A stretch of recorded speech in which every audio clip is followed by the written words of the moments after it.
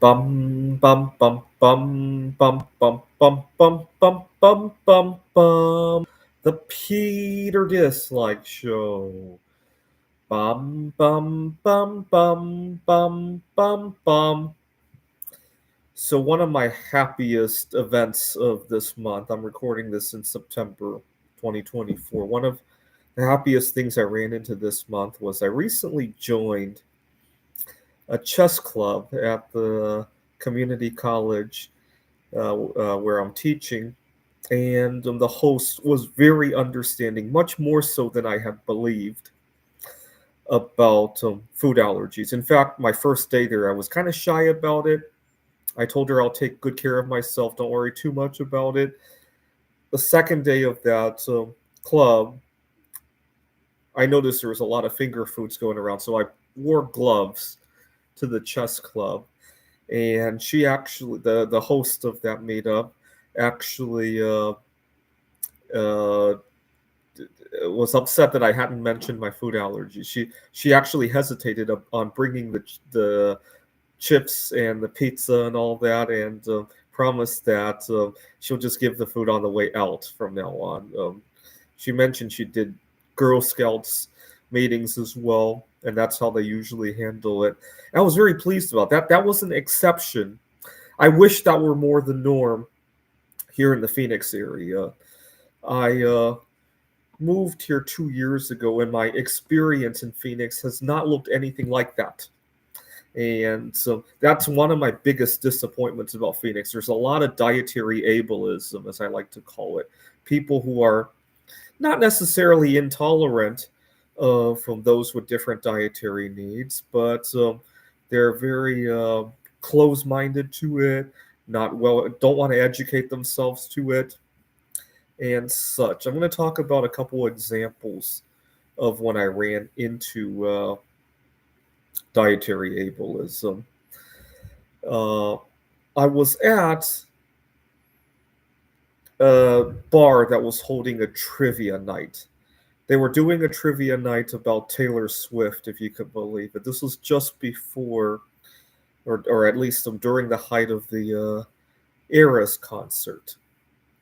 And bars are tricky for me. I don't drink, and the kind of food that is served at bars, it's just too tricky, right? It's not like you can look at anything that might be close and you just hold off I can usually go to like a steakhouse or something where you just have to hold off the seasonings and all that.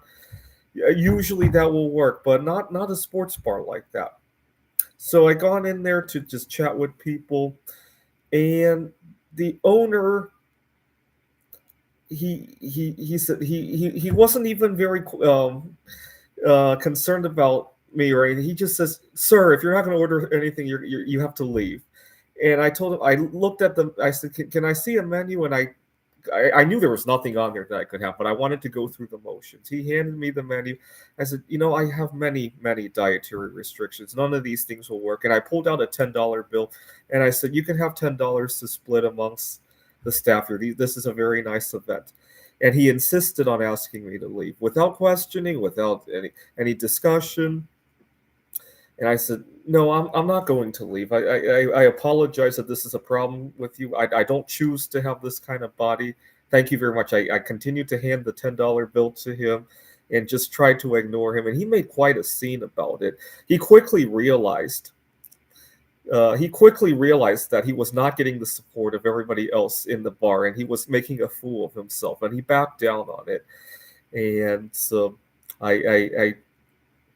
he almost didn't want to take the $10 bill, but I handed it to him anyway because I didn't want to I didn't want to lower myself down to him.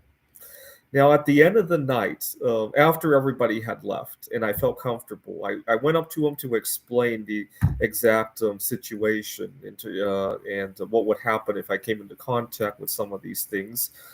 I am autistic, and also milk products will give me eczema. And I explained to him, and he quickly realized he didn't want to listen to those details, right? And so that was good. But he was in denial that he even had any sort of issue with that. He almost was in denial. He even asked me to leave earlier in the night, and which was just literally like 45 minutes earlier.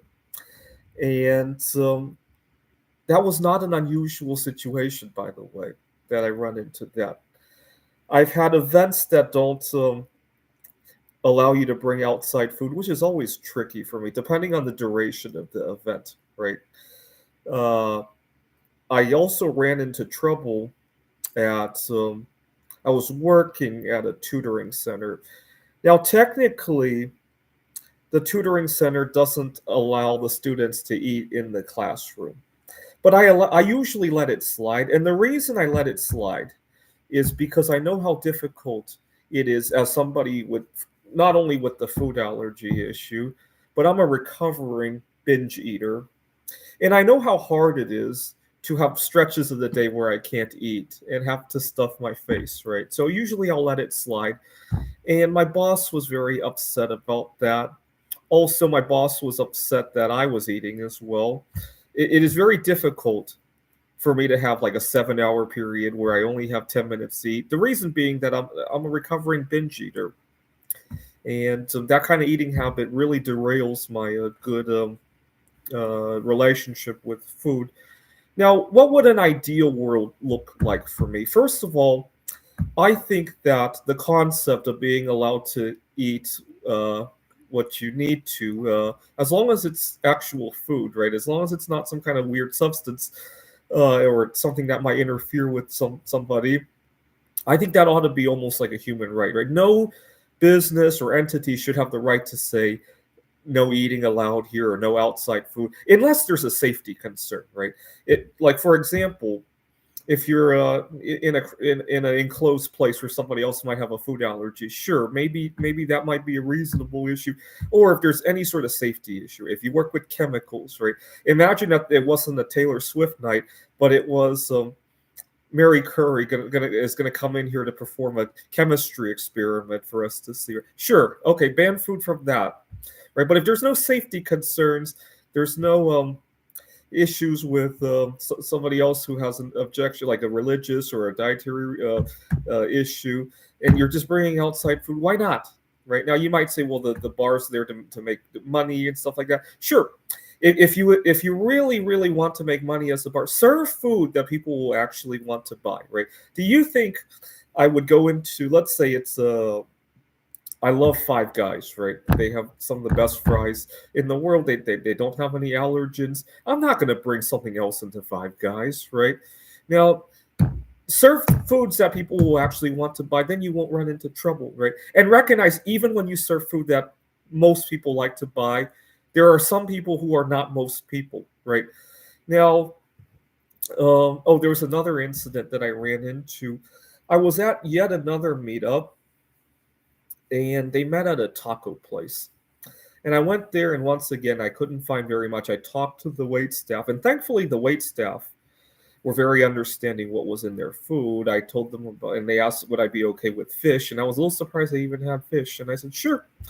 It's just fish, right? No breading, no seasoning. Yeah, we could do it without that.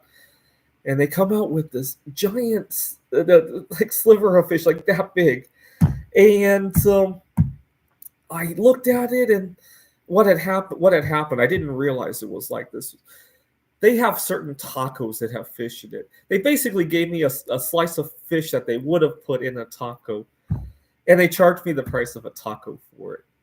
Now, I was with a new group. I really didn't want to make noise, but I was very upset. This was back in, this was last year. I wasn't joining a lot of social events at the time because I was so busy with my art project. I was spending so much money on it, and that was the only time I treated myself in a while, and all I got was like one bite of fish. It was pretty upsetting. I mean, at least I still had a social outing, but it was very upsetting.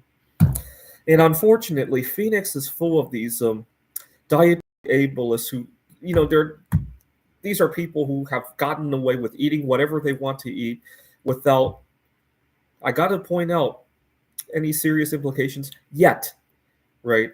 After all, I live in Phoenix, and already I know quite a few people who have recovered from cancer. I knew two coworkers who were out for some time going through chemotherapy. Maybe they might not react instantly in terms of autism issues or in terms of eczema, but that doesn't mean they get away with it scot free. And yet, these people make quite a scene if you try to. I don't know why. I think part of the problem is that some of these people recognize that what they're eating is not ideal for them. And so when they see somebody eating healthy, they feel almost threatened, right? It's kind of like seeing somebody go on a vacation that you'd like to be going to on your social media, right?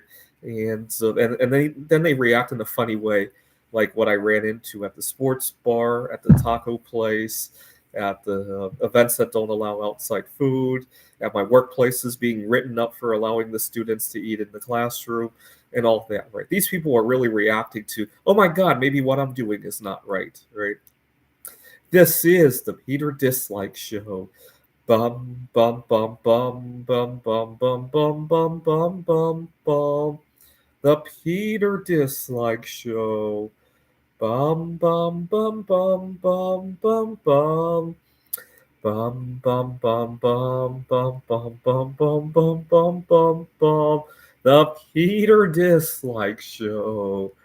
Bum bum bum bum bum bum bum.